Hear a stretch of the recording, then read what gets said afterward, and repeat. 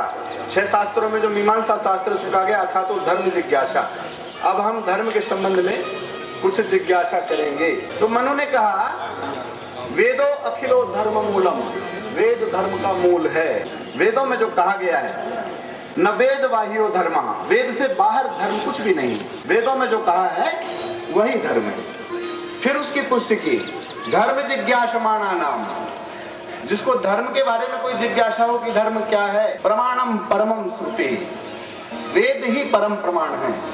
इस पुस्तक में ये लिखा है, उस पुस्तक में ये लिखा है, वह कोई आधार नहीं है, प्रमाण नहीं है। सुनने सुनाने में बहुत सी कहानियां अच्छी लगती हैं और हमारे बहुत सारे परवर्ती साहित्य में मनोहर कहानियां हैं, निर्देश नहीं मिलता, बहुत अच्छे दृष्टांत पुस्तक नहीं होते हैं। हमें कुछ गलत काम करना है तो हम कुछ अपने साहित्य में से निकाल कर उदाहरण रख देंगे कि ऐसा होता था, ऋषि मुनि भी ऐसा करते थे। वो परवर्ती साहित्य प्रमाण नहीं है। धर्म के बारे में प्रमाणम परमम श्रुति, जिसमें धर्म की जिज्ञासा हो। धर्म का सबसे बड़ा संक्षेप का फार्मूला बीज, हमारी आत्मा धर्म को जानती है, आत्मा के साथ स्वभाव में धर्म विराजमान है। जब किसी कर्म के करने में आपको भय हो, शंका हो और लज्जा आए, भय हो कि यार ऐसा करेंगे तो सामाजिक अपमान ना हो जाए, कोई देख न ले, पकड़ ना जाए, शंका हो कि यार गड़बड़ ना हो जाए, नुकसान ना हो जाए, ऐसा ना हो जाए, वैसा ना हो जाए, और लज्जा हो, सबके सामने ना कर सके, सार्वजनिक रूप से जो नहीं कर सकते, ऐसा जब कोई काम करेंगे तो आत्मा मना करेगी, हमेशा मना करेगी। जब बहुत मना करने पर, जैसे हमारे बुजुर्ग बच्चों को मना करते हैं बार बार कि ऐसा मत करो, ऐसा मत करो, नहीं मानते तो फिर चुप हो जाते हैं कि भाई तुम्हारी मर्जी करो। तो जब आत्मा निरंतर पतित हो जाती है, ऐसा बार बार करते हैं और नहीं सुनते हैं, तब वो अलार्म देना बंद कर देती, या ये कहें कि वो भी विपरीत परिस्थितियों में अपने आप को शांत कर लेती है। बड़े बूढ़े कहते हैं चलो कुछ दिन करके देख लो, अपने आप सुधर जाओगे। जब इसी कर्म को करने में भय, शंका और लज्जा हो, तब आप पाप कर्म कर रहे हैं, अधर्म कर रहे हैं। और जब किसी कर्म को करने में उत्साह हो, प्रेम बढ़े, उदारता आए, हृदय विशाल हो, मन में अच्छा लगे, उत्साह का संचार हो कि आप अच्छा काम करना चाहिए, वो धर्म है, पूरी तरह सकारात्मक। कल मैंने कहा था सत्य और धर्म वही है जो प्राणी मात्र के कल्याण के लिए किए जाए। हरिश्चंद्र के समय धर्म के लिए हरिश्चंद्र ने कितनी प्रताड़ना सही, कितना बलिदान दिया, राम ने क्या क्या कष्ट सहे सत्य और धर्म के पालन में, लेकिन कृष्ण ने उसको समय और परिस्थिति से बदला, क्योंकि उस समय की परिस्थिति ज्यादा विकट हो गई थी। सतयुग में धर्म का पालन बहुत आसान था।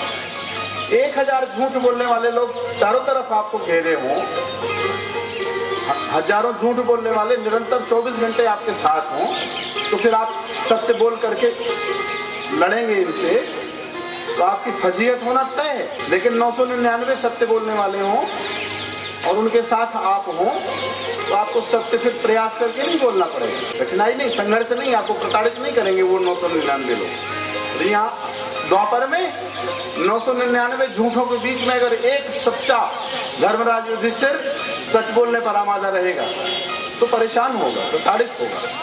तो कृष्ण ने एक काम चलाऊ रास्ता निकाला, नरो व कुंजरो व, युधिष्ठिर को राजी कर लिया कि तुम तो अपना सच बोल लो, हम बीच में कोलाहल कर देंगे, शंख बजा देंगे, तालियां बजा देंगे, गड़गड़ाहट हो जाएगी, तुम धीरे से अपना सच बोल लेना, हमारा काम भी बन जाएगा।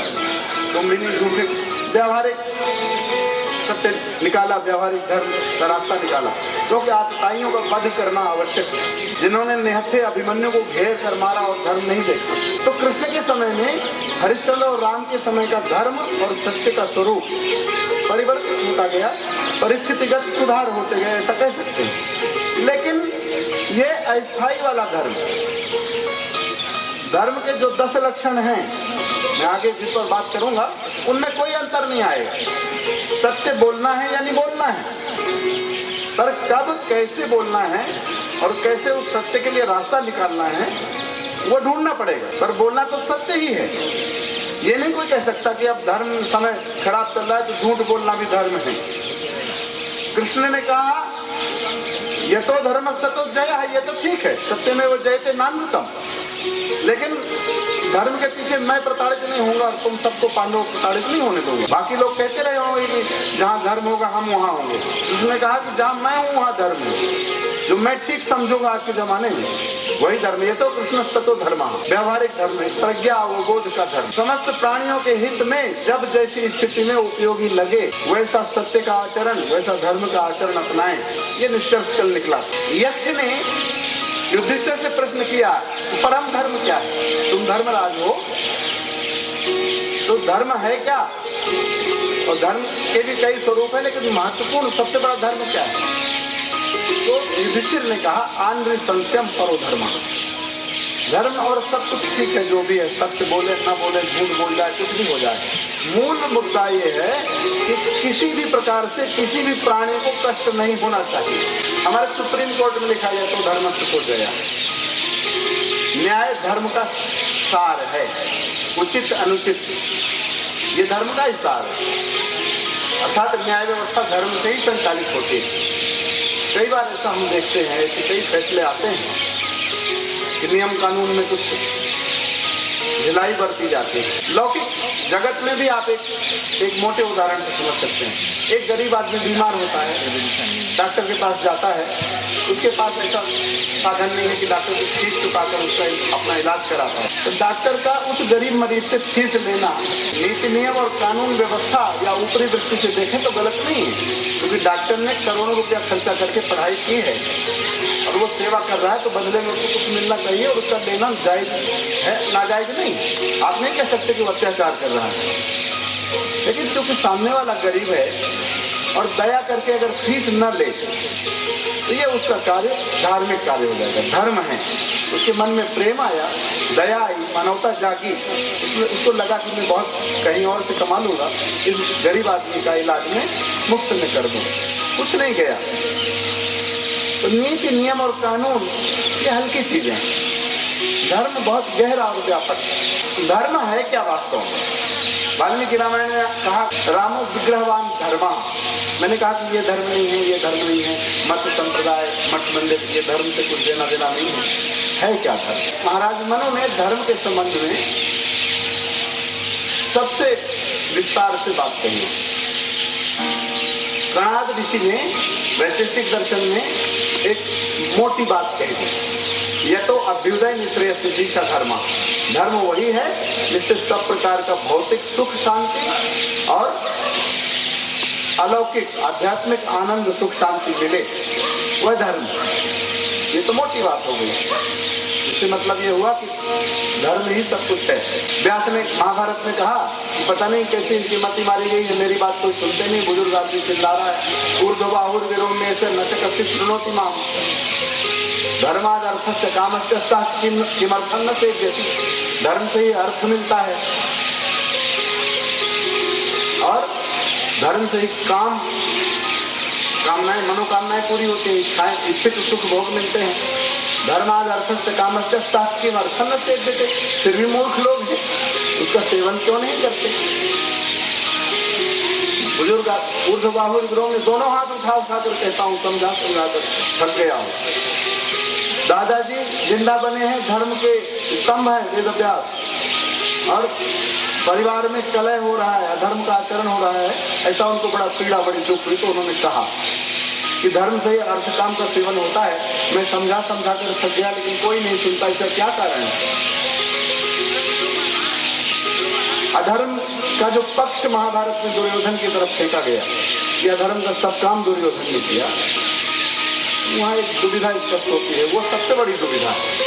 अगर वह गुत्थी सुलझ जाए, आम आदमी धर्म का जीवन क्यों नहीं जी पाता, वो गुत्थी दुर्योधन ने स्पष्ट की। कृष्ण से कहा, जब शांति दूत बंद कर गए, अंतिम प्रयास किया कि 5 गांव दे दो तो बात खत्म हो जाए, युद्ध न हो, तो दुर्योधन ने कहा कि सुनो कृष्ण, तुम ऐसा मत समझो कि तुम बहुत ज्ञानी हो, मुझे धर्म और अधर्म का सबका ज्ञान है। मैं दोषी नहीं हूँ, मैं पापी नहीं हूँ, मैं अधर्म नहीं करता। एक चालाकी समझदारी, जिसको कहते हैं गीता में प्रज्ञावादांश का भाग होते हैं। कृष्ण ने कहा कि तुम बहुत समझदारी की पंडितों वाली ज्ञान की बातें करते हो।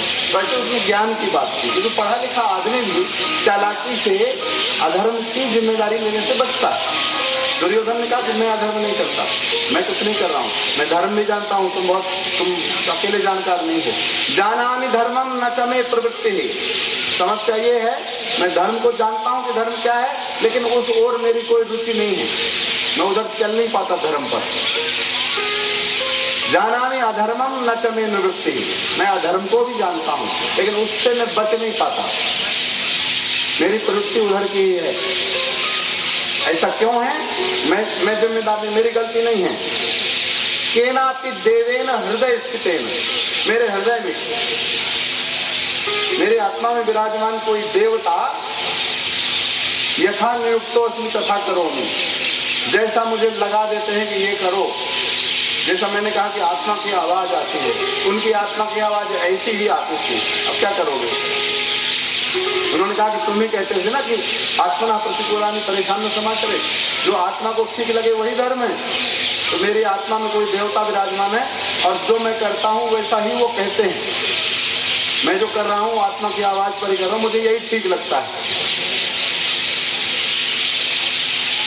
दार्शनिक शब्दों में कहें तो नियतिवाद, मैं स्वतंत्र नहीं हूं, मैं करता नहीं हूं। पाणिनि व्याकरण में कहा स्वतंत्र कर्ता, जो अपना कर्म स्वतंत्र संकल्प पूर्वक करे वही करता, वही जिम्मेदार है। जैसे किसी राजा के आदेश से कोई जल्लाद किसी अपराधी को फांसी देता है, उसको अपराध नहीं माना जाता, क्योंकि वो जल्लाद अपनी नौकरी कर रहा है, उस पर 302 की धारा नहीं लगती। राजा की आज्ञा से उसने काम किया, स्वतंत्र तो राजा है, जल्लाद स्वतंत्र नहीं है। तो दुर्योधन ने कहा कि मैं स्वतंत्र नहीं हूं। केनापि देवेन हृदय स्थितेन यथा नियोजित तथा करो, जैसा उन्होंने लगा दिया मुझे कि ऐसा करो, मैं वैसा कर डालता हूँ। ये दूसरा अर्थ है नियतिवाद। दर्शन में फिलॉसफी कहते हैं नियतिवाद, जिसको भाग्यवाद भी कहते हैं। हम क्या करें, भाग्य में जय लिखो तो धर्म के उन 10 लक्षणों की बात करेंगे जिससे अभ्युदय निश्रेयस की सिद्धि होती है, और ये सब छल कपट पाखंड से आप बच जाते हैं। बहुत साफ सुथरी, बहुत स्पष्ट और बहुत सरल और आसान बात। उसके पालन में ज्यादा झमेला नहीं, कठिनाई तो अवश्य है, सत्य बोलने में कठिनाई तो होती है, कई बार सत्य बोलने पर लाभ भी बहुत होते हैं। महाराज मनु ने कहा धर्म के 10 लक्षण, इतनी सुंदर धर्म की परिभाषा अन्य किसी ग्रंथ में नहीं आई। श्रीमद् भागवत में धर्म के 30 लक्षण बताए हैं, लेकिन वो इन्हीं 10 के ही टुकड़े हैं, इन्हीं के इर्द गिर्द घूमते हैं। 30 बताने में ज्यादा झमेला है। धृति, क्षमा, दमो, ऐस्तेयम, शौचम, इंद्रिय निग्रह, धीर, विद्या, सत्यम, अक्रोध, तक्षम धर्म लक्षण। रामायण में कहा रामो विग्रहवान धर्म। विग्रह का मतलब था मूर्ति, शरीर, जैसे हम सब आपका शरीर है, तो हमारे शरीर में अंग प्रत्यंग है, ये ढांचा तभी बना है। हार्डवेयर जिसको बोलते हैं नई भाषा में हार्डवेयर, तो सॉफ्टवेयर आत्मा है और हार्डवेयर शरीर है। धर्म का हार्डवेयर क्या है? धर्म के हार्डवेयर ये 10 हैं। धृति, क्षमा, धृति माने धैर्य धारण करना, क्षमा माने अपने प्रति किए गए किसी अन्याय, अत्याचार या अपराध को क्षमा कर देना, दम माने मन को नियंत्रित करना। दम माने हो दम तो आ जाओ वाली नहीं बुंदेली में जो बोलते हैं, हो दम तो आ जाओ। दम माने मन का नियंत्रण करना। ऐसे माने चोरी न करना। शौचम माने पवित्रता। इंद्रिय निग्रह माने अपने इंद्रियों को नियंत्रण में रखना। धीर माने बुद्धिमान होना, विवेकशील होना। विद्या माने गुणी और ज्ञानी होना, पढ़ा लिखा और समझदार होना, विवेकवान होना। विद्या यानी अनेक प्रकार की कलाओं में पारंगत होना, शिक्षित होना। सत्यम, सत्य का पालन करना, इस पर बहुत बात है। अक्रोध माने क्रोध न करना।